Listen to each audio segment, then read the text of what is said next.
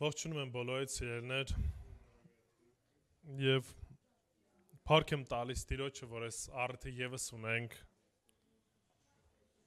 Աստծո խոսքով առաջ գալու Տիրոջ առաջ սովորելու Իրանից իր կամքը առնելու եւ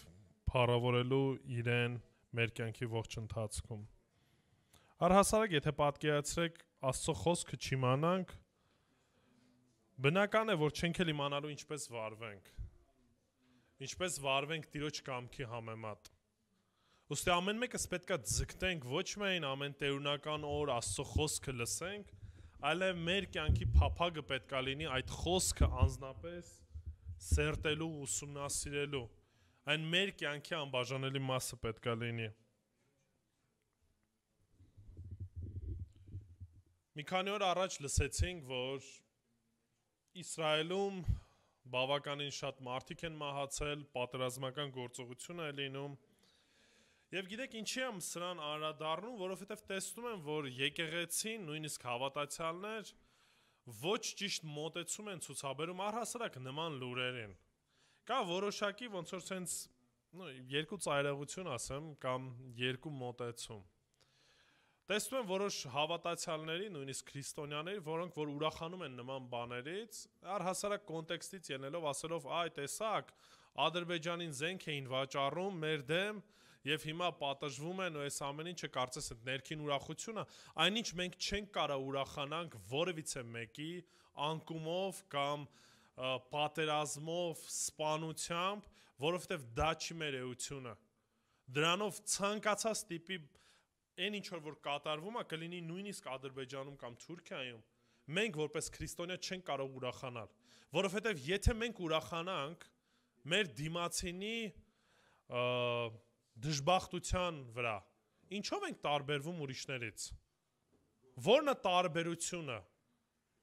քանի անգամ տեսակ, որ Քրիստոս, չգիտեմ, ուրախանում էր հռոմեական կայսրության ինչ-որ հարցերի վերաբերյալ, կամ նույնիսկ ինքը Հռոմի դեմ ինչ-որ բաներ էր անում, քանի անգամ նման բան տեսանք, քանի անգամ պատերազմներ հրահրեց դեպի Հռոմը, որ իսրայելցիք վերցնեն, ջախջախեն, սպանեն, հասկանում եք, մենք չպիտի մեզ դնենք Աստծո տեղը, Աստված ինքը գիտի, ինչպես վարվի ամեն իրավիճակներում, բայց դա չի նշանակում, որ մենք որպես հավատացյալներ, որպես քրիստոնյաներ պետք է ուրախանանք, եւ առհասարակ Աստծո խոսքը շատ հստակ ասում է՝ մի ուրախացիր քո թշնամու անկմամբ, որտեղ վաղը մյուս օրը դու էլ նույն իրավիճակում կարաս հայտնվես։ Երկրորդ բանը, որ տեսնում էի, որոշ հավատացյալներ սկսեցին մեջ բերել ավետարաններից որոշ հատվածներ, կարծես, ահա սա է մարգարեությունը, երբ որ ասում է, որ պետքա պաշարված լինի ու հեսա Քրիստոս արդեն գալու է։ Գիտեք, նայել է ծայրահեղություն, որտեղ միայն այս մի փոքրիկ ընդհանրումով չէր, որ այդ ամեն ինչը պետքա իրականություն դառնա, դեռևս շատ բաներ կան, որ պետքա տեղի ունենան ու այս ընդհարումը կամ այս պատերազմը, այս խնդիրը դեռևս այդ մարգարեության իրականացումը չի։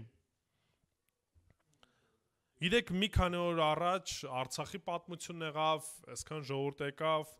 ու այս ամեն ինչը իրապես ցույց է տալիս, թե ինչքան մեղավոր աշխարհում ենք մենք ապրում։ Ու առհասարակ կապ չունի, թե դու ինչքան հզոր զենքեր ունես, ինչքան զարգացած ես, որտեվ այս ամեն ինչ ուղղակի մեկ վայրկյանի ընթացքում ինչ կարա լինի, ուղղակի կարա խալխլվի։ Եթե որևիցե մեկի հույսը, իր բանակն է, իր ուժն է, իր զորությունն է, ինքը կարծես թե մի սահուն տեղի վրա է կանգնած, որ երբ որ պահը եկավ, շատ հանգիստ կարա ընկնի։ Մեր հույսը միայն ու միայն պետքա լինի մեր Տեր Աստված։ Մեր ապավենը պետքա լինի մեր Աստված, որովհետև այլ հիմքեր, այլ ապավեններ չկան։ Եվ հիմա նման իրավիճակում մենք որպես եկեղեցի ինչպես պետք է արձագանքենք։ Այո, որպես եկեղեցի հիմա մտածում ենք, աղոթք ենք անում, թե ինչպես օգնություն ցուցաբերենք այս մարդկանց, եւ առաջ Աստված ավելի մանրամասն դեռևս կխոսեմ, թե ինչ ենք ծրագրում անենք։ Բայց նորից ստեղ էլ նույնպես կա ծայրահեղություն, որ շատ եկեղեցիներ ընկնում են դրա մեջ։ Որն այդ ծայրահեղությունը, որ թողնել այն բուն առաքելությունը եւ կենտրոնանալ միայն նյութական օգնության կամ բարեգործության շրջանակներում։ Սա մի կարծես գայթակղությունը, որից որ մենք պետքա զերծ մնանք։ Ինչ եմ սա ասում, ոչ թե չպիտի օգնենք, այլ մեր գլխավոր առաքելություն դա չպիտի դարձնենք։ Ինչի, որովհետև այո, մեր առաքելության մեջ մտնում է այդ բարեգործությունը օգնելը, բայց դա չէ միայն։ Եվ այսօրվա քարոզի շրջանակում մենք նույնպես կտեսնենք, թե Հիսուս իր ծառայության շրջանակներում ինչպես էր ծառայում, ինչ էր անում։ Եվ բնականաբար այն ինչ որ Հիսուսից ենք առնում, նաև մենք էլ ինչ պետք է անենք, հետևենք, օրինակ ունենանք։ Կխնդրեմ բացեք Մատթեոսի ավետարան 4-րդ գլուխ, կարդալու ենք 23-ից 25 համարները։ Մատթեոսի ավետարան 4-րդ գլուխ 23-ից 25 համարները։ 4-րդ գլուխ 23-ից 25։ Մինչ կկարդանք, ուզում եմ հիշեցնեմ, որ արդեն իսկ խոսեցինք, թե Հիսուս աշակերտներին էր կանչում, եւ հիմա արդեն որոշակի աշակերտներ կային եւ աշակերտները տեսնում էին, թե Հիսուս Քրիստոսը ինչ է անում։ Մեկ կիրակի առաջ ուզում եմ, որ հիշեք եւս մեկ քարոզի շրջանակում, որ Մատթեոսի ավետարանից կարդացինք, որտեվ սա արդեն իրականությունն է դառնում այն մարգարեական խոսքի, որ մենք կարդացինք Եսայիա մարգարեից, որտեղ որ ասում էր, հեթանոսական Գալիլեան ինչ տեսավ, լույս տեսավ։ Եվ այդ լույսը հենց Հիսուս Քրիստոսն է, եւ այս փոքր հատվածում կտեսնենք այդ մարգարեության իրականացումը։ Հիմա ընթերցենք միասին։ Մատթեոս 4:23-ից 25։ Հիսուսը շրջում էր ամբողջ Գալիլեայում, ուսուցանում նրանց ժողովարաններում, արքայության ավետարանը քարոզում եւ ժողովրդի մեջ եղած բոլոր հիվանդություններն ու ցավերը բժշկում։ Նրա համբավը տարածվեց ամբողջ ասորիքով մեկ։ Հիսուսի մոտ բերեցին բոլոր հիվանդներին, որոնք տառապում էին զանազան ցավերից ու տանջանքներից, դիվահարների, լուսնոտների, անդամալույծերի, եւ նա բժշկում էր նրանց։ Նրա հետևից ժողովրդի մեծ բազմություն էր գնում, որ եկել էր Գալիլեայից, Դեկապոլիսից, Երուսաղեմից, Հրեաստանից ու Հորդանանի մյուս կողմից։ Հիսուսի ամեն մի քայլ ինչ է անում, հաստատում է նրա մեսիա լինելը։ Հաստատում է նրա ով լինելը եւ այն ամեն ինչ որ անում էր Հիսուս, առաջնորդվում էր իր առաքելությամբ։ Մենք էլ ամեն բան որպես եկեղեցի այն ինչ որ մենք անում ենք, պետք է առաջնորդվենք այն առաքելությունից, որը որ ստացել ենք Տեր Հիսուս Քրիստոսից։ Եկեք աղոթենք։ Տեր Աստված, փառք ենք քեզ տալիս, որովհետև իրապես միմիայն դու ես արժանի ամեն փառքի, ով Հայր։ Շնորհակալ ենք, որ մեզ ողորմել ես, գթացել ես եւ մեզ հավիտենական կյանք ես տվել։ Շնորհակալ ենք, որ դու մեզ կանչեցիր դեպի փրկության եւ մեզ համար օրինակ դարձար, որ գնանք ու հետևենք անելով այն ամեն ինչ, որ դու ես պատվիրում, Տեր։ Աղոթում եմ, որ մեր սիրտը բացես, Հայր, որ այն ամեն ինչ, որ լսենք, քեզանից առնենք եւ քեզ փառավորենք, Տեր, որ ամեն ինչի մեջ դու փառավորվես եւ դու մեծարվես։ Մեր Տեր եւ Փրկիչ Հիսուս Քրիստոսի անունով։ Ամեն։ Գիտեք, հետաքրքիր է, բայց Մատթեոս ավետարանը, երբ որ նայում ես հենց այդ հասկացողությամբ, որ այն ամեն ինչ, որ կարդում ենք, Մատթեոս ավետարանը գրել էր, որպեսզի հրյա հավատացյալները հենց միանշանակ էլ ավելի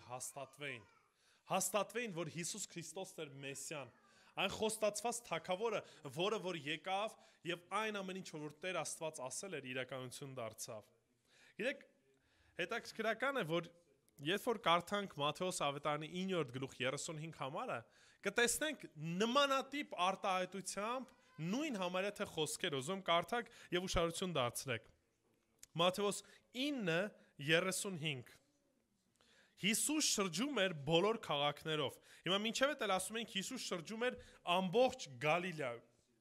Ինչ էր անում ու գյուղերով, ուսուցանում էր նրանց ժողովարաններում,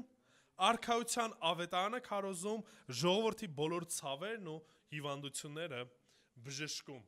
Եվ Մատթեոսը այս շրջանակում, այս մտքի շրջանակում անընդհատ կրկնում է այս միտքը, ինչ անելով, շատ հստակ հիշեցնելով, ցույց տալով Հիսուսի առաքելությունը։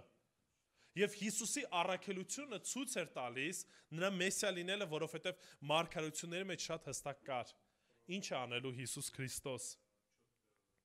Այսօր նաև կարևոր է, որ մենք էլ ուշադրություն դարձնենք դրան։ Ինչի, որովհետև այդ առաքելությունը նաև այսօր դարձել է ինչը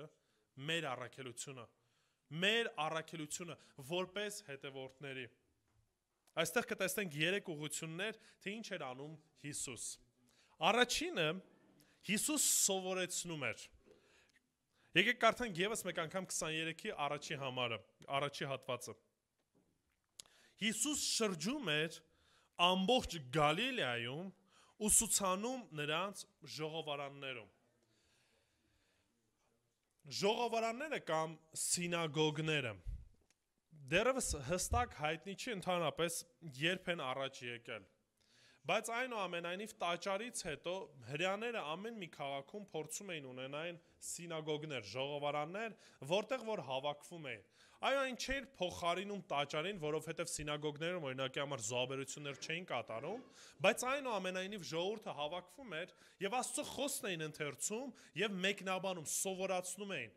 Այն որոշակի առումով հրեաների համար դարել էր մշակութային մի կենտրոն, որտեղ որ իրենց ինքնությունն էին ինչ անում, ապահովում կամ պահպանում։ Եթե նույնիսկ նայենք մեր պատմության շրջանակում նույնպես, օրինակի համար առաքելական եկեղեցիները որոշակի կենտրոն էին դարձել, որտեղ որ պահպանվում էր քրիստոնեությունը։ Քահանաների կողմից ուսուցանվում էր հայերեն լեզուն, մաթեմատիկա, որոշ նույնիսկ գիտություններ, բայց այնուամենայնիվ եկեղեցու հիմնական ֆունկցիան դա չէր, ժամանակի ընթացքում այդ ֆունկցիան կատարում էր եկեղեցին։ Բայց երբ որ պահը գալիս է, որ մենք օրինակի համար այսօր ունենք դպրոցներ, այսօր ունենք համալսարաններ, այսօր ունենք արդեն իսկ օջախներ, եկեղեցին պետք է անի այն, ինչի համար որ կանչված էր։ Հիսուս ինչ էր անում ժողովարանում։ Ուսուցանում էր, սովորեցնում էր Աստծո խոսքը։ Մենք որպես եկեղեցի մեր առաքելության կարևորագույն ֆունդամենտներից մեկը սովորեցնելն է։ Եթե եկեղեցին կանգ առնի Աստծո խոսքը ուսուցանելուց, այլևս եկեղեցի չի կարա լինի։ Դրա համար եմ ասում ընդհանրապես, երբ որ մենք խախտում ենք այդ բալանսը, թողնում ենք մի կողմ ուսուցումը եւ սկսում ենք ուրիշ բաներով զբաղվել, բարեգործությամբ, երգեցողությամբ կամ ուրիշ ինչ-որ մի ծրագրերով, տարբեր, մենք կորցնում ենք մեր հիմնական առաքելության կարևորագույն մասերից մեկը։ Հիսուս Քրիստոս ժողովարաններում, սինագոգներում ուսուցանում էր, սովորեցնում էր։ Եվ մենք էլ որպես եկեղեցի կանչված ենք սովորեցնելու։ Դրա համար Մատթեոսի ավետարանում 28-րդ գլխում Հիսուսի հարությունից հետո Հիսուս ինչ պատվիրեց։ 28-րդ գլուխ 19 ու 20 համարները, սրա մասին շատ հստակ գիտեք։ Արդ գնացեք աշակերտ դարձրեք բոլոր ազգերին, ինչպես դարձնեն աշակերտ։ Նրանց մկրտելով Հոր, Որդու եւ Սուրբ Հոգու անունով 20 համարը։ Սովորեցրեք պահեն այն ամենը, ինչ ես ձեզ ինչ արեցի, պատվիրեցի։ Չի ասում գնացեք մկրտեք կամ գնացեք ավետարանեք ու թողեք ամեն մեկը ինքնահոսի ինչպես որ պետք է գնա։ Նույնպես եւ մեր երեխաները, երբ որ երեխա է ծնվում ընտանիքում, վերջ ծնողները վերջացրեցին իրենց առաքելությունը, դե ծնվեց, թող գնա արդեն ինքը իրանով ապրի։ Չէ, սնում են, չէ։ Պաշտպանում են, դաստիարակում են, սովորեցնում են։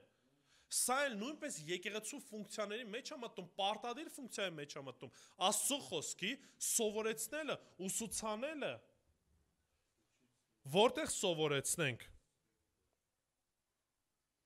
Ընտանիքում, շրջապատում, այսինքն ինչքան որ մենք հնարավորություն ունենք, մենք պետք է Աստծո խոսքը սովորեցնենք։ Երկրորդ Տիմոթեոս 2-րդ գլուխ 1-ից 2 համարներում Պողոս առաքյալը տալիս է նաև թե ինչպես պետք է սովորեցնենք, ինչի վրա պետք է ուշադրություն դարձնենք։ Ասում է՝ «Ար դու որդյակ իմ, զորացիր շնորհով, որ Հիսուս Քրիստոսի մեջ է, եւ այն ինչ ինձանից լսեցիր, ինչ արա, բազում վկաների ներկայությամբ հավատարիմ մարդկանց ավանդիր կամ փոխանցիր սովորեցրու, ինչի համար, որպեսզի որոնք ընդունակ են նաև ինչ անեն, ուրիշներին եւս սովորեցնեն»։ Այս ընթացքը պետք է լինի։ Եթե մի պա կանգնենք սովորեցնելուց, եթե մի պա ուղղակի ուշադրություն չդարձնենք Աստծո խոսքը փոխանցելուն, մենք կկորցնենք այդ սերունդը։ Կարդացեք դատավորած գիրքը։ Ամենը հենց սկզբից։ Գիտեք ինչ խնդիր ենք տեսնում։ Տեսնում ենք, որ գալիս է մի սերունդ, որ Աստծուն ինչ չէր անում, չէր ճանաչում։ Խնդիրը ինչու՞մն էր, որ չէր ճանաչում։ Չեն սովորեցրել, չեն փոխանցել այն ճշմարտությունը, ինչ որ պետք է։ Հետաքրքիր է այս վերջի մեր ուսուցման շրջանակում դատավորած գրքում Մանասեի անունով մի հատված կա, որ ասում է Մանասեի թոռը հեթանոսության է անցել։ Եվ շատ աստվածաբաններ կարծում են, որ այդ Մանասեն ոչ թե Մանասեն էր, այլ Մովսես էի նկատի ունեն, որովհետև երբ որ նայեք բնագրի մեջ այդ տառը վերևից երևում է, որ ավելացված է։ Ուղղակի հրյաների համար այդքան էլ ընդունելի չէր, ոնց Մովսեսի թոռը արդեն իսկ անցնում է հեթանոսության։ Դրա համար մի զարմացեք, որ գալիս է մի սերունդ, երբ որ Աստծո խոսքը ուսումնված փոխանցված չի, սովորեցրել, չենք սովորեցրել։ Գալիս է մի սերունդ, որը որ Աստծուն չի ճանաչում։ Քրիստոնեության մասին չգիտի ընդհանրապես։ Դրա համար էլ ինչ ասես լսում ենք։ Մարդիկ փորձում են ասեն, դե, էսի արգել ենք, էս չլսեն երեխեքը, այն չանեն, ժողովուրդ այնքան բաներ է գալու, որ դուք չեք կարողանալու այդ ամեն ինչը արգելեք։ Երեխաները մեծանալու են ու իրանք այդ հնարավորությունն ունենալու են։ Ֆիլմեր նայելու, YouTube-ը, ինտերնետը բաց է, այդ ինֆորմացիան շատ հեշտ է ստանալը։ Մեր խնդիրը ո՞րն է։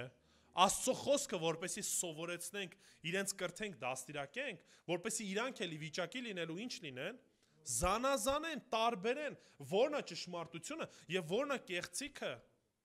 Չենք կարա երեխեքին ասենք, դե երկրորդ բանն էլ կա, դե իրանք արդեն մեծ են, պատանի են, ասեն, թող իրանք որոշեն, չէ, ժողովուրդ։ Իրանց ընտրությունը միշտ լինելու աշխարհը։ Մեր քանի ձեռքի տակ են, մենք մեր երեխաներին ինչ պետք է անենք, շատ հստակ պետք է սովորեցնենք։ Եվ այո, եթե ծնողները եկեղեցում են, երեխան նույնպես եկեղեցում պետք է լինի, ինչքան էլ որ դրան համաձայն չլինի, ինչքան էլ որ դա իր համար անընդունելի լինի կամ ձանձրալի լինի։ Որտեղ պետք է սովորի այդ երեխան։ Ձեզանից պետք է սովորի։ Ու այս ամեն ինչը շատ հստակ մենք պետք է շատ հստակ սովորեցնենք, ցույց տանք օրինակը։ Հակառակ դեպքում վաղը, երբ որ երեխաներին կորցնենք, չպետք է զարմանանք։ Դրա համար նույնիսկ Սերգեյ եղբայրը ինչ որ ասում էր, սա իրականություն է։ Շատ-շատերը, շատ հավատացյալների երեխաներ գնում են աշխարհ, ինչու՞, որովհետև ծնողները փոքրուց չեն դաստիարակել, չեն աղոթել, չեն ուշադրություն դարձրել, կարևորություն չեն տվել։ Իսկ գիտեք ինչի կարևորություն չեն տվել կամ ինչի չեն սովորեցրել, որտեվ իրանք էլ չգիտեն։ Որտեվ իրանք էլ չեն բացում Աստծո խոսքը կարդում։ Հույսը դնում են, որ լավ ամեն կիրակի կգնանք կլսենք, այսքանով բավարար է։ Հասկացեք, այդպես չի լինում։ Այո, մենք պետք է Աստծո խոսքը նաև եկեղեցում լսենք, քարոզի տեսքով, պատգամներ պետք է լսենք, բայց մեր անձնական սերտողության շրջանակներում է, որ մենք ինչ ենք անում, սովորում ենք։ Հիմա եթե ասեմ 2 շաբաթվա առաջվա քարոզը կհիշեք, քանիսդ կկարողանա լիարժեք հիշի, թե Հովիկ եղբայրը ինչի մասն էր քարոզում, կամ անցած կիրակի օրվա քարոզը։ Նրանք, ովքեր որ գրի են առնում, որոշ առումով հիշում են, բայց գիտեք երբ ավելի լավ կհիշեք։ Երբ որ ոչ միայն գրի առնեք, այլ նաև այդ ճշմարտությունը ինչ անեք, փոխանցեք, սովորեցնեք ինչ որ մեկին։ Դրա համար այն ինչ որ լսում եմ, այն ինչ որ կարդում եմ, ինչ պետք է անեմ, պետք է փոխանցեմ, պետք է սովորացնեմ, դրա մեջ պետք է լինեմ, պետք է էփվեմ կարծես։ Դա ես ինքս պետք է ճաշակած լինեմ։ Հիսուս Քրիստոս շատ հստակ Աստծո խոսքն էր փոխանցում, սովորեցնում էր, եւ որը նաեւ մեզ է պատկանում։ Ես չեմ կարող ասեմ, ես ուսուցչի պարգևը չունեմ։ Չեմ ասում, որ պարտադիր բոլորը պետք է ուսուցչի պարգևն ունենան։ Բայց կներես, եթե դու զավակ ունես, դու արդեն իսկ պատասխանատվություն ունես։ Ու չես կարող Աստծո առաջ ասես, դե ես ուսուցչի պարգևը չունեի։ Ինչքան էլ որ կարող ես, ինչքան էլ որ հնարավորություն ունես, դա քո պարտականությունն է, եւ քո պարտականությունը դու պետք է կատարես։ Ընտանիքում, աշխատանքի վայրում, ամենուրեք, որտեղ որ Տերը հնարավորություն տալիս է, մենք պետք է խոսենք Աստծո խոսքից։ Դրա համար Պետրոս առաքյալն ինչ է ասում, ասում է, եթե խոսեմ, ինչ պետք է խոսեմ, Աստծո խոսքը խոսեմ, ինչպես Աստծո խոսքը, չպետք է փիլիսոփայեմ, չպետք է դրամաբանեմ, ինչ որ մի բաներ, ինչ որ ստեից եմ լսեն, խնդիրս իմ, որպես Քրիստոսի ներկայացուցիչ երկրից վրա, Աստծո խոսքը փոխանցելն է։ Որովհետև հավատքը լսելուց է, լսելն էլ ինչից, փիլիսոփայությունից, ենթադրություններից, Աստծո խոսքից։ Համար սովորեցեք Աստծո խոսքը, առանց այլևայլ փիլիսոփայությունների, առանց այլևայլ ինչ-որ ավելցուկների, Աստծո խոսքը սովորեցրեք։ Երկրորդը, Հիսուս Աստծո խոսքն էր սովորեցնում, նաև Հիսուս ավետարանում էր։ 23-րդ համարի 2-րդ հատվածը կարդանք։ Արքայության ավետարանն էր քարոզում։ Գիտեք, քարոզելու ու սովորեցնելու մեջ որոշակի կա տարբերություն։ Սովորեցնելը մեկնաբանությունն է կամ այն ամենն է, ինչ որ դու ուսումնասիրում ես ու փոխանցում ես։ Քարոզելը կամ ավելի կարող օգտագործենք հռչակել բառ, բարձրաձայն փոխանցել, ավելի կարծես պաշտոնական կերպով հայտարարել։ Ինչի մասին էր Հիսուս Քրիստոս հայտարարում։ Արքայության ավետարանի մասին էր ասում։ Մենք արդեն իսկ խոսել ենք արքայության կամ երկնքի մասին, կհիշեք, որ հրեաների համար ընդհանրապես իրենք աշխատում էին Աստծո անունը քիչ օգտագործել։ Եվ որպեսզի քիչ օգտագործել եւ որպեսզի հրեաների համար շատ ականջ ծակող չլիներ, Աստված բառը փոխարինում էին ինչով։ Երկինք բառով։ Եվ դրա համար երբ որ ասում էր երկնքի արքայությունը կամ արքայության ավետարանը, խոսքը գնում է Աստծո ավետարանի կամ Աստծո արքայության մասին, որովհետև այդ նույն հատվածները օրինակի համար այլ ավետարանիչներ հենց բառացի օգտագործում են ասելով Աստծո արքայությունը։ Ավետարան բառ ինչ է նշանակում։ Ավետիս հայերեն բառը հենց արմատը դրա մեջ է։ Ինչ է նշանակում։ Բարի լուր է նշանակում։ Ինչ բարի լուրի մասին էր խոսքը գնում։ Հիսուս ինչ բարի լուր էր հայտնում։ Ինչ լույսի մասին էր խոսքը գնում։ Սրա մեջ էլ հենց ասում է, չէ՞։ Փրկություն եւ առհասարակ երբ որ ասում էր արքայության ավետարանն էր քարոզում, ինչ էր ասում։ Երկնքի արքայությունը մոտեցել է, թագավորը մոտեցել է, ում մասին է խոսքը գնում։ Ին մասին է ասում, որ այդ մարգարությունը, որ գալու է Մեսիան, ինչ է եղել, իրականություն է դարձել։ Գիտեք, մի անգամ քարոզում էր այդ ձև ժողովարանում իր քաղաքում։ Ու ասաց, այս մարգարությունները իրականություն դարձավ։ Գիտեք, ժողովուրդը ինչ արեցին։ Որոշեցին տանեն դուրս ու բարձր տեղից գցեն։ Ինչի որտեղ սպասում էին այդ մարգարության մասին գիտեին, բայց ինչ արեցին, չհավատացին։ Բայց Հիսուս շարունակում էր այդ նույն ավետարանը քարոզել, որտեղ այդ ամենը իրականություն էր դարձել։ Գիտեք, մեզ համար մի քիչ բարի լուրը փոխվել է կամ տարբերություն կա։ Եթե այն ժամանակ Հիսուս Քրիստոս արքայության ավետարանն էր քարոզում, մենք քարոզում ենք շնորհքով փրկվելու ավետարանը, որտեղ այդ ամենը Հիսուս Քրիստոս խաչի վրա իրականություն դարձրեց։ Հրեաներին ինքը ասում էր, որ այս մարգարությունը իրականություն է դարձել, Մեսիան եկել է, փրկությունը մոտ է, իսկ մենք ասում ենք, որ արդեն Քրիստոսով փրկություն կա։ Արդեն շնորհքով փրկություն կա եւ որևիցե մեկը գործով չի կարող փրկվել։ Առաջի Կորինթացիս 15-րդ գլխում 1-ից 4 համարներում Պողոս առաքյալը ներկայացնում է այդ ավետարանը։ Եվ մենք էլ որպես քրիստոնյան պարտավոր ենք իմանալու թե ավետարանը ինչից է բաղկացած։ Ինչու որտեվ երբ որ գնանք ավետարանելու, պետք է իմանանք, չէ՞, ինչ ենք խոսելու։ Որն է այդ բարի լուրը։ Եղբայրներ, ձեզ ծանոթացնում եմ այն ավետարանը, որ քարոզեցի, որն ընդունեցիք եւ որով հաստատվեցիք, որով եւ կփրկվեք, եթե ամուր պահեք այն խոսքը, որ ձեզ քարոզեցի, այլապես զուր տեղը հավատացած կլինեք։ Նախ ես ձեզ ավանդեցի այն, ինչ ինքս ընդունեցի, էսի կարևոր է։ Եթե ես կասկածում եմ, եթե ես դեռևս վստահ չեմ իմ հավատքի վրա, իմ քարոզությունս, իմ ավետարանությունը նույնպես լինելով կասկածելի, լղոզված։ Ես էլ սենց դողդղալու եմ, չեմ իմանալու ինչ ասեմ, ոնց ասեմ, որտեվ դրա մեջ դեռևս հաստատված չեմ, չգիտեմ։ Պողոս Արաքյալն ասում է, այն ինչ որ ձեզ եմ փոխանցել, նախ ով եմ, ես ինքս եմ հավատացել։ Ես ինքս եմ դրանով անցել։ Ես ինքս եմ ամուր դրա մեջ կանգնած։ Որ Քրիստոս մեր մեղքերի համար մեռավ, համաձայն գրքերի ուշադրություն դարձեք, նորից հիմքը ինչն է տալիս, Աստծո խոսքն է տալի, որ այս ամեն ինչ ձև պետքա լիներ։ Թաղվեց, երրորդ օրը հարություն առավ գրքերի համեմատ։ Ավետարանը հենց պարփակված է սրանում։ Պարզեով ամենասեղմ կերպով, որ բոլորս մեր մեղքերի մեջ ինչ էինք, մեռած էինք։ Բայց Քրիստոս իր ողորմությամբ, իր շնորհքով մեր մեղքերի համար խաչը հանձնառավ, մահացավ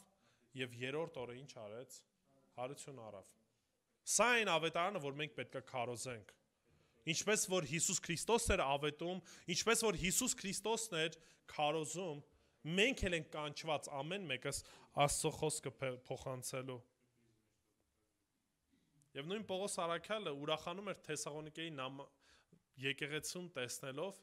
երբ որ ավետարանը քարոզեց, տեսավ, որ եկեղեցին այդ ավետարանն ընդունեց ու սկսեց ինքն էլ ինչ անել, ավետարանել, իր շրջապատում։ Առաջի Թեսաղոնիկեցիս առաջի գլուխ 6-8 համարներն եմ ուզում կարդանք միասին։ Առաջի Թեսաղոնիկեցիս 1, 6-8 համարները։ Դուք էլ մեզ և Տիրոջը նմանվելով ուշադրություն դարձրեք։ Ում են նմանվում։ Պողոս Արաքյալին, որը որ ինչ է արել։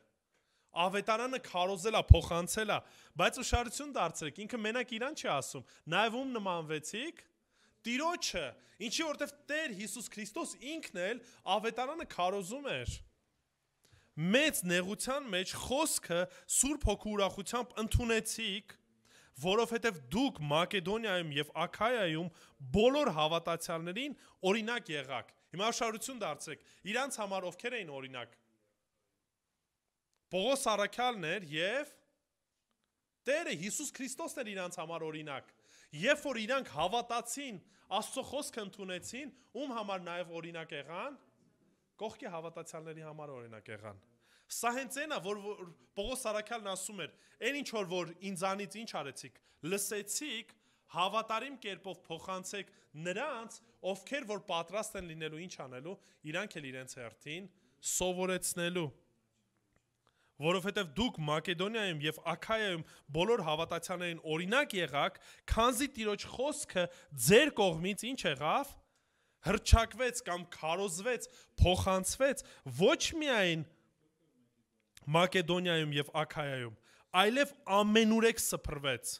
ձեր հավատն առ Աստված, այնպես որ այդ մասին ասելը հարկ չենք համարում։ Այսինքն, այն ինչ որ պետք էր անելու, ինչ եք արել, արել եք։ Հավատարիմ եք մնացել, դարձել եք լույս, դրա համար Հիսուս Քրիստոսն ասեց, այն ով որ ճրագը վառում է, թաքցնում է որտեղ, ինչ որ միտեղ որ որովհետեւ մեկը չտենա, չէ, հակառակ ասում է բարձր է դնում, որպեսզի այդ լույսը տարածվի։ Նույնպես եւ մենք, երբ որ ասում է դուք պետք է աղ եւ լույս լինեք, ինչպես աղ եւ լույս լինենք։ Աստծո խոսքը սովորեցնելով եւ ավետարանելով, ճշմարտությունը փոխանցելով, թեև կլինեն դեպքեր, որ մարդիկ կհակառակվեն, չեն ընդունի, կհալածեն։ Հիսուսին էլ այդ ամեն ինչն արեցին ու ասեց Հիսուս, նորմալ է, ինչպես որ ինձ վարվեցին, ինձ հետ վարվեցին, նույնպես եւ ում հետ են վարվելու, ձեզ հետ են վարվելու։ Իսկ եթե որևիցե հալածանք չեմ կրում, որևիցե խնդիր կյանքից մեջ չեմ ունենում, ուրեմն խնդիր կա, գիտեք, ուրեմն գուցե ոչ էլ հոգևոր կյանքով եմ ապրում։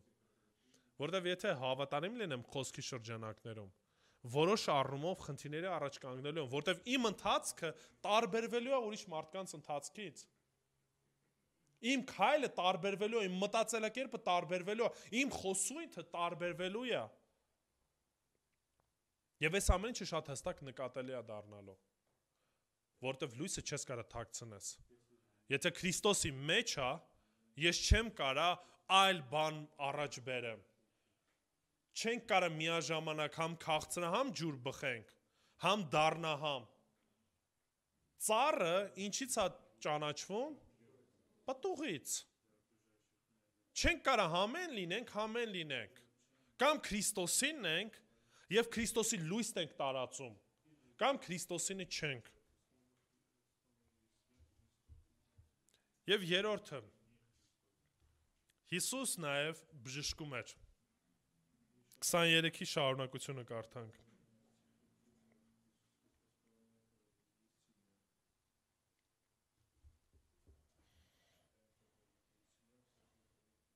Եղած բոլոր հիվանդություններն ու ցավերն էր բժշկում։ Հիմա տեսեք, երբ որ խոսում է եղած բոլոր հիվանդությունների ու ցավերի, առհասարակ շատերը վերցնում են ուղղակի այս հատվածը եւ կենտրոնանում են հիվանդությունների կամ ֆիզիկական կարիքների վրա եւ նորից կարծես այն ուսուցումը, ավետարանությունը թողնում ենք մի կողմ եւ առաջ ենք բերում մարդկանց ֆիզիկական կարիքները։ Հիսուս Քրիստոս ֆիզիկական մարդկանց կարիքները հոգում էր, բժշկում էր, սովածներին էլ կերակրում էր, բայց այնպես չէր, որ խոսքը չէր փոխանցում։ Ինչի, որովհետև պարզ տրամաբանություն կա, ժողովուրդ։ Ինչ օգուտ կա, եթե մենք մարդկանց հաց տանք, կերակրենք, պահենք, պաշտպանենք, ամեն բան անենք, բայց հավիտենական ճշմարտությունը այդ մարդկանց չփոխանցենք։ Ուղղակի թողնենք այդ ձև ապրեն ու մահանան ու վերջ։ Օգուտը ո՞րն էր այդ, որ դուք օգնեցիք։ Որ ասենք այդ մարդը ասի շնորհակալ եմ ձեզ ու դուք էլ լավ զգաք, ասեք լավն ենք։ Կարևորը մենք մեզ լավ զգացենք։ Սա է մեր առաքելությունը։ Ես դրա համար եմ ասում, որ մենք պետքա զգույշ լինենք, ծայրահեղության մեջ չընկնենք։ Եվ նույնպես այլ ծայրահեղություն էլ կա։ Առավոտից իրիկուն խոսենք բժշկությունների մասին։ Հիսուս բժշկում էր, ուրեմն մենք էլ պետքա բժշկենք, ուրեմն դուք էլ պետքա բոլորդ առողջ լինեք, օրհնված լինեք։ Հա, այսպես քարոզը որոշ մարդկանց դուրը կգա, հասկանում եք։ Ինչի որտեվ մարդը սիրում է, որ լսի, որ Աստված իր նկատմամբ բարի է, կարևոր չի ինչ կյանքով ես ապրում, ինչ ես անում, էական չի սա։ Իմացի Աստված քեզ սիրում է, կբժշկի, կկերակրի, ամեն բան լավ կլինի։ Ժողովուրդ, սա չի ավետարանը, սրա մասին մենք չենք կարդում։ Դրա համար, որպեսզի մենք սխալ պատկերացում չկազմենք, ես ուզում եմ մի պահ մտածենք, թե նախ եւ առաջ հիվանդության աղբյուրը ինչն է։ Շատ հստակ կարանք ասենք, որ հիվանդությունների համար մեկ աղբյուրը կարանք ասենք ինչն է, մեղքն է։ Մեղքը, որ մարդը անհատապես ինքն է մեղք գործել եւ որպես հետևանք մեղքա գալի, եւ առհասարակ մեղքը նաեւ տեսնում ենք ամբողջ աշխարհի ապականության շրջանակում։ Հիմա ինչ օրինակներ ունենք, երբ որ մարդիկ իրանք էին մեղք գործել եւ մարդը հիվանդացել էր կամ նույնիսկ մահացել է։ Կորինթացիների մեջ հիշում եք Կորինթաս եկեղեցում հաղորդության հետ կապված ճիշտ մոտեցում չէին ցուցաբերում, հաղորդությունը դարձել էին կերուխում, արդյունքում Պողոս առաքյալը ասում է ձեր մեջ կան բավականին հիվանդներ եւ որոշներն արդեն ինչ են եղել, նույնիսկ ննջել են։ Անանյան ու Սապֆիրան մեղ գործեցին եւ պատիժը միանգամից եկավ, մահ եղավ։ Կարա նաեւ դեպքեր լինի, որ օրինակի համար ուղղակի աշխարհի մեջ ենք ապրում, վիրուսը եկավ, հիվանդացար։ Մեղքի խնդիր չկա, մեղքի հարց չկա։ Ուղղակի չգիտեմ, չենք կարողանում, օրինակի համար հիգիենա նորմալ պահպանենք կամ բանենք, մեկս մյուսին հիվանդացնում ենք։ Առհասարակ այն ովքեր երեխաներին ուղարկում են մանկապարտեզ, սրա մասին շատ լավ գիտեն։ Մանավանդ առաջի մի քանի ամիսը տենց է։ Ամեն շաբաթ, մեկ շաբաթ հիվանդ են, մեկ շաբաթ լավանում են, մի շաբաթ նույնիսկ գնում են, նույնիսկ հիվանդանում են։ Ինչու՞։ Որտեվ մեկը մյուսին վարակում են, որտեվ մեղքի խնդիր չկա։ Ապրում ենք մեղավոր աշխարհի մեջ, որտեղ կա ինֆեկցիաներ, որտեղ կա միկրոբներ եւ դրանից մարդիկ ինչ են անում, հիվանդանում են։ Ճիշտ վերաբերմունք չենք ունենում մեր օրգանիզմի նկատմամբ, նորից հիվանդանում ենք, այսինքն ֆիզիկական իրողությունները հիվանդության պատճառ են դարձնում։ Եվ կա նաեւ երրորդ պատճառները, որ տեսնում ենք, որ ոչ մեղքի խնդիր են, ոչ էլ ֆիզիկական ինչ որ իրադարձություններ են։ Աստծո խոսքն ասում է Աստծո փառքի համար են։ Կհիշեք Հովանու ավետարանում կարանք նույնիսկ կարդանք 9-րդ գլուխ 1-ից 3 համարն է, հիմա չեմ ուզում կարդամ, դուք ինքներդ կարաք կարդաք, որ անցնում էին իծնե մեկ կույրի տեսան։ Ու աշակերտները Հիսուսին հարցնում են, ու այս իրանց տրամաբանությունն է։ Ասում են ում մեղքի պատճառով է։ Ինքնա մեղ գործը, թե ծնողներն են մեղ գործը։ Այսինքն մի քիչ նայեք այս տրամաբանությունն է, էլի։ Ինքը ոնց կարար մեղ գործել, եթե դեռևս ի ծնե կույր է եղել։ Հիսուս ի՞նչ է պատասխանում։ Ասա ոչ իրանց մեղքի պատճառով, ոչ էլ իրանց մեղքի, այլ Աստծո փառքի համար է։ Հոբի պատմությունը կարանք կարդանք։ Ճիշտ է, Հոբը չգիտեր, թե ինչա տեղի ունենում։ Բայց այնուամենայնիվ մենք տեսանք, որ Աստված ինքը հրահրեց Սատանային, ասեց. Հոբին տեսել ես։ Սատանան ասեց. հա, տեսել եմ, գիտեմ, ամեն ինչով օրհնել ես, խի պիտի քեզ չփառավորի, որ խի պիտի քո հետևորդը չլինի, որ ու Աստված թույլ տվեց, որ Հոբը այդ ամեն ինչով անցնի։ Դրա համար, երբ որ մենք այս տրամաբանությամբ ենք մոտենում, կհասկանանք, որ արդեն ամեն իրավիճակներում Տերը կբժշկի փառք Տիրոջը։ Տերը չի բժշկի նորից փառք Տիրոջը, որտեղ ամեն իրավիճակներում Տերը պետք է օգտագործի ամեն բան իր փառքի համար։ Արդյոք այնպեսի իրավիճակներ կարան լինեն, որ օրինակի համար Աստված չբժշկի։ Այո, տենց իրավիճակներ մեր կյանքում մենք տեսել ենք ու նաև կարդում ենք Աստվածաշնչում։ Եվ սա հավատքի հետ կամ այլ ինչ-որ բաների հետ կապ չունի, այլ բժշկությունը միմիայն Աստծո կամքի շրջանակներում է, սիրելիներ։ Հիմա ինչպես որ Հովիկ եղբայրս էր վկայում, ասում է աղոթք է անում, որ գուցե Տիրոջը հետ հանդիպեմ։ Հա, իրականությունը սա է, մենք չգիտենք։ Գուցե այսօր է Տիրոջը մեզ ամեն մեկիս ինձ այսօր Տերը կանչի իր մոտ։ Կյանքս իմ կյանքը իմ ձեռքերի մեջ չի, սիրելիներ։ Սրտիս աշխատանքը իմ ձեռքերի մեջ չի։ Շունչս իմ ձեռքերի մեջ չի։ Տերս է, որ ամեն վարքյան սիրտս աշխատացնում է։ Օրգանիզմս սպառում պես ինչպես որ կամ։ Դրա համար այս տրամաբանությամբ պետք է շարժվենք։ Երկրորդ Տիմոթեոս 4:20 համարում մի ոչ այդքան ընդունելի բան են կարդում։ Գրված է Երանոսը Կորինթոսում մնաց եւ Տրոփիմոսին հիվանդ վիճակում թողեցի Մելիտոսում։ Ուշադրություն դարձնում եք, Պողոս առաքյալը ասում է, որ հիվանդ վիճակում թողեցի Մելիտոսում։ Բախի չբժշկեցիր, որ Պողոս։ Եթե Աստծո կամքի մեջ է, որ բոլորը միանգամից պետքա բժշկվեն, ուրեմն պետքա բժշկեր։ Այդ դեպքում Տիմոթեոսին ինչի է խորհուրդ տալի, ասում է ջրի հետ մի քիչ էլ գինի ավելացրա, ինչի որտեղ ստամոքսի խնդիր ուներ։ Ինչ ես նման բաներ ասում։ Հանդիմանի ասա հավատքով աղոթի կբժշկվես։ Կամ ասեր արի մոտս ձեռքերս կդնեմ վրա ու կբժշկվես։ Հասկանում եք, սա մեր ձեռքերում չի։ Բժշկությունը Տիրոջ ձեռքերում է, Տերը կկամենա, կբժշկվի, չի կամենա, չի բժշկվի։ Մեր գործը աղոթելն է, ու աղոթքի մեջ ոչ թե Տիրոջը պարտադրենք ինչ-որ մի բան անի, այլ ինչ անենք։ Աղոթենք, ասենք Տեր, եթե կամքդ է, բժշկիր։ Հիսուս երկրագնդի վրա բոլոր մարդկանց բժշկեց։ Հիսուս Քրիստոս իր ապրած ժամանակահատվածում բոլոր մարդկանց կերակրեց։ Չէ, ժողովուրդ, բոլորին չկերակրեց։ Կարար բժշկեր, կարար բժշկեր, կարար կերակրեր, որտեվ Հիսուս Քրիստոս ոչ միայն բժշկում էր այդ ժամանակ իր մոտ բերվածին, այլ նաև հեռավորության վրա էր բժշկում։ Ինքը Աստված էր, իր ձեռքերի մեջ այդ ամեն բանը։ Եվ այո, ժամանակ կար, որ արտոնում էր նաև իր աշակերտներին, առաքյալներին այդ ծառայությունն անելու։ Ինչու՞։ Նպատակը մեկն էր, որպեսզի հաստատվեր, որ առաքյալների փոխանցած խոսքը ճշմարտությունն է, Աստծո խոսքն է։ Հիսուս Քրիստոս կատարում էր այդ բոլոր հրաշքները նրա համար, որպեսզի իր խոսքը շատ հստակ հաստատվեր, որ նա է Մեսիան, որին որ սպասում են մարդիկ։ Այս ամեն ինչի արդյունքը ո՞րն էր։ Արդյունքը այն էր, որ շատերը սկսեցին հետևել։ Քրիստոսի համբավը ինչ եղավ, տարածվեց։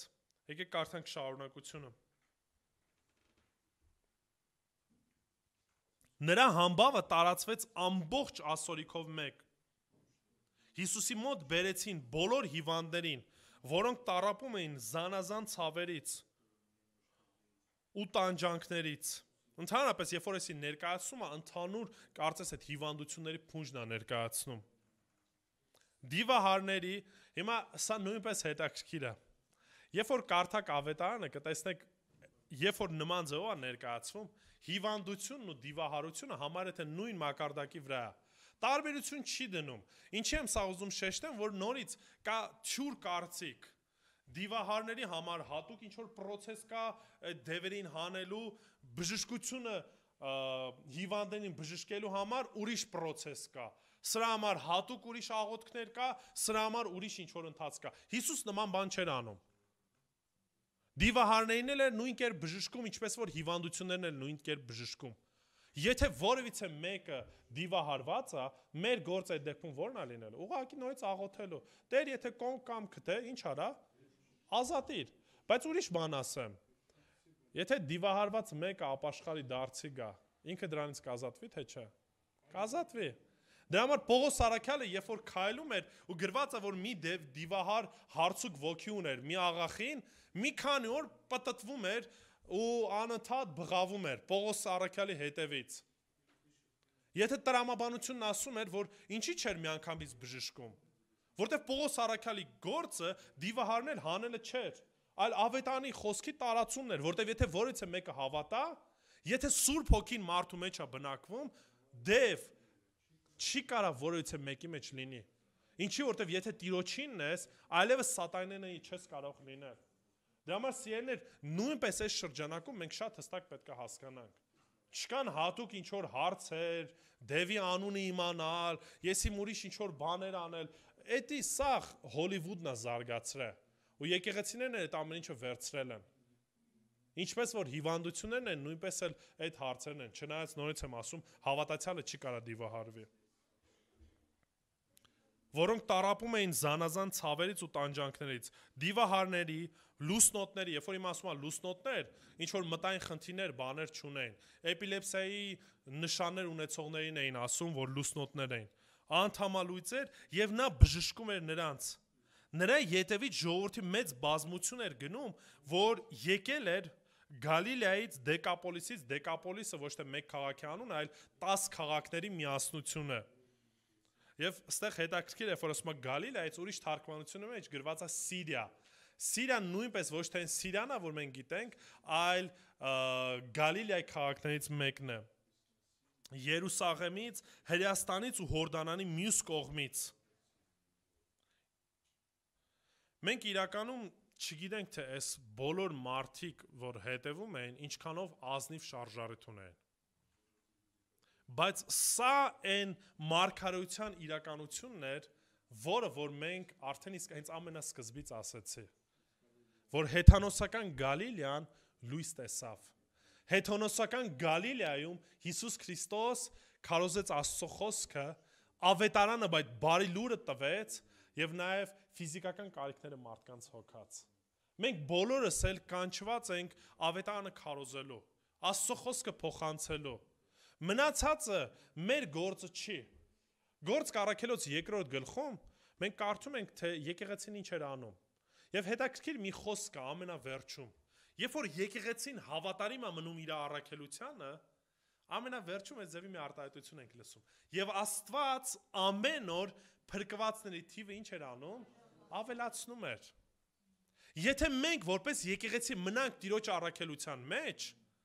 չփոխենք, շոուներ չկազմակերպենք, չփորձենք մարդկանց, չգիտեմ, սնունդով, հետաքրքիր քարոզներով, ճակերտների մեջ, ականջը շոյող խոսքերով չգրավենք, այլ մնանք այն առաքելության մեջ, որի մեջ որ Տերը մեզ կանչում է, Տերը փրկվածների թիվը ավելացնելու է, Տերը եկեղեցին ամրապնդելու է, որովհետև Աստծո համար քանակությունը կարևոր չի, սիրելիներ, որակն է կարևոր, հավատացյալների աճն է կարևոր, որովհետև եթե մենք որպես հավատացյալներ աճենք, ինչ կանենք, ավետարաններ կքարոզենք, կսովորեցնենք էլ, եւ լավագույն օրինակը կլինենք մեր շրջապատող մարդկանց։ Սա այն լավագույն օրինակն է, որով որ եկեղեցին պետք է աճի։ Որտեւ եթե կենտրոնացանք սնունդի վրա, ֆիզիկական կարիքների վրա, հենց որ այդ բանը վերջացավ, մարդիկ էլ այդ ամեն ինչը թողնելու են գնան։ Եթե մարդկանց գրավեք երաշտությամբ, այդ երաշտությունը անընդհատ պահելու եք, ու կամած անընդհատ պետք է փոխեք, ինչի, որտեվ դրանով եք մարդկանց ներգրավում։ Իսկ եթե քարոզի մեջ մենակ քարոզում եք մարդկանց շոյող հետաքրքիր քարոզներ, աֆորիզմներ, պատմություններ, անեկդոտներ, անընդհատ դրա մեջ եք մտնելու ու երբեք Աստծո խոսքը չեք էլ քարոզելու։ Ես ցավում եմ ասում ես վերջերս մի տեսանյութ տեսա, եկեղեցին չեմ ասի, հովիվը կանգնեց, ժողովուրդը ոգևորված ծափահարում էր, ասեց փառք Աստծուն, ասում է երևի թե սենց 1 ժամ ծափահարենք ու նստեմ դրանից ավել ուրիշ ոչ մի բան պետք չի։ Հասկանում եք, սա է մարդկանց տրամաբանությունը, որ հետո խորհուրդ տվեց, ասեց հայլու դեմ ժողովուրդ ջան կանգնեք ու ծափ տվեք Աստծուն։ Գիտեք, եթե մենք այս աստիճանի մակարդակի իջեցնենք քարոզները, այո, շատ մարդիկ գուցե հետևեն։ Շատ մարդիկ հաճելի է, իրենց զգացածը անում են, իրենց ոգևորվածությունը ներկայացնում են, բայց այս ամեն ինչը Տիրոջը հաճելի չի։ Հիսուս Քրիստոս նման բաներ չէր անում։ Ինքը ավետարանն էր քարոզում։ Ինքը Աստծո խոսքն էր փոխանցում, ճշմարտությունն էր տալիս։ Եվ այո, դրա հետ մեկտեղ նաև կարիքներն են մարդկանց հոգում, որպեսզի այս ամեն ինչը հաստատվի, որ Հիսուս Քրիստոս ունի իշխանություն թե երկնքում, թե երկրից վրա, եւ ամեն բան իրեն է պատկանում։ Եվ այն խոսքը, ինչ որ փոխանցում է, սա է ճշմարտությունը, որպեսզի մարդիկ լսեն ու հավատային։ Դրա համար մենք էլ որպես եկեղեցի առաջնային մեր կանչվածությունը Աստծո խոսքի փոխանցումն է, ավետարանի խոսքի տարածումն է, եւ եթե այդ հնարավորությունն ունենք, նաեւ մարդկանց ֆիզիկական կարիքները հոգալու, բայց պետք է զգուշավորություն ցուցաբերենք, որպեսզի չլինի, թե այդ մարդիկ հետևեն նյութականին։ Մեր նպատակն է այդ մարդկանց ուղղորդել դեպի Հիսուս Քրիստոսը։ Որովհետև պատմությունը, երբ որ կշարունակենք, դեռևս կհասնենք, պահը գալիս, որ Հիսուս կանգնում է, այդ բազմությանն ասում է. Դուք հետևում եք ինձ ոչ թե նրա համար ինչ որ ես ձեզ ասեցի կամ սովորեցնում եմ կամ հավատացեք։ Ասում եմ ուղղակի սովածացաք, հիմա նորից եկել եք, ուզում եք նորից այդ ֆիզիկականը ստանաք։ Դրա համար Հիսուսն ասաց մի եկեք։ Ինձ պետք չեն այդ ձևի հետևորդներ։ Ինձ պետք չեն այդ ձևի եկեղեցիներ, որ կարծես թե Քրիստոսին են հետևում, կարծես թե Քրիստոսինն են, բայց Հիսուսն ասում է զորությունը ուրացած են։ Հարուստ են, ամեն ինչ ունեն, անուն էլ ունեն,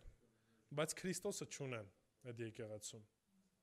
Եկեք հավատարիմ մնանք այն առաքելության ինչի մեջ, որ մեզ Տերը կանչել է։ Եկեք աղոթենք։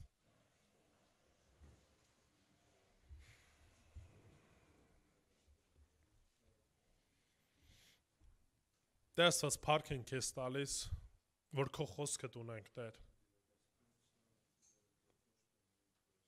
Եվ այո, սա մեզանից չի, Տեր Աստված, որ մենք էլ հպարտանանք։ Դա քո ողորմությունն է, որ ճշմարտությունը մեզ բացել ես, եւ դու ես մեզ ճշմարտության մեջ պահում։ Դու ես քո եկեղեցիդ հիմնել, Տեր Աստված, եւ ասացիր, որ դժոխքի դարպասները չեն կարող հաղթել։ Տեր Աստված, օգնի, որ հավատարիմ լինենք քեզ։ Այն օրինակը, որ դու մեզ տվեցիր խոսքիդ մեջ, այդ օրինակը առած գնանք ու նույն ձև վարվենք, Տեր Աստված։ Սա է լավագույն տարբերակը, սա է լավագույն մեթոդը, լավագույն օրինակը, որը որ մեզ փոխանցել ես, մեզ տվել ես։ Օգնի, որ որպես եկեղեցի խոսքդ քարոզող լինենք, Տեր Աստված։ Ճշմարտությունդ փոխանցող լինենք։ Ամեն մեկս ուսումնասիրենք խոսքդ, որպեսզի ճշմարտությունը իմանալով գնանք ու սովորացնենք մարդկանց։ Սովորացնենք մեր ընտանիքներում, մեր զավակներին։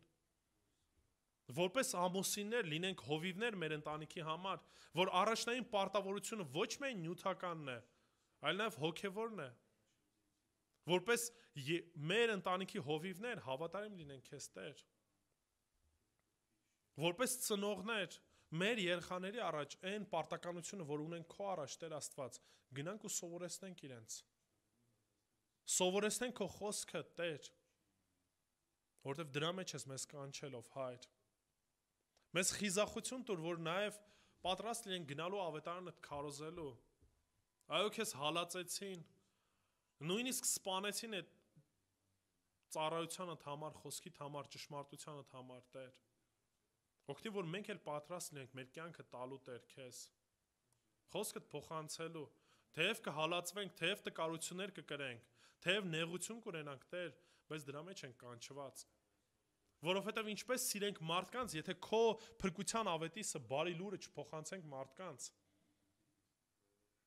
Ինչպես ծառայենք քեզ, եթե մարդկանց չենք սիրում եւ ճշմարտությունը չենք փոխանցում, Տեր։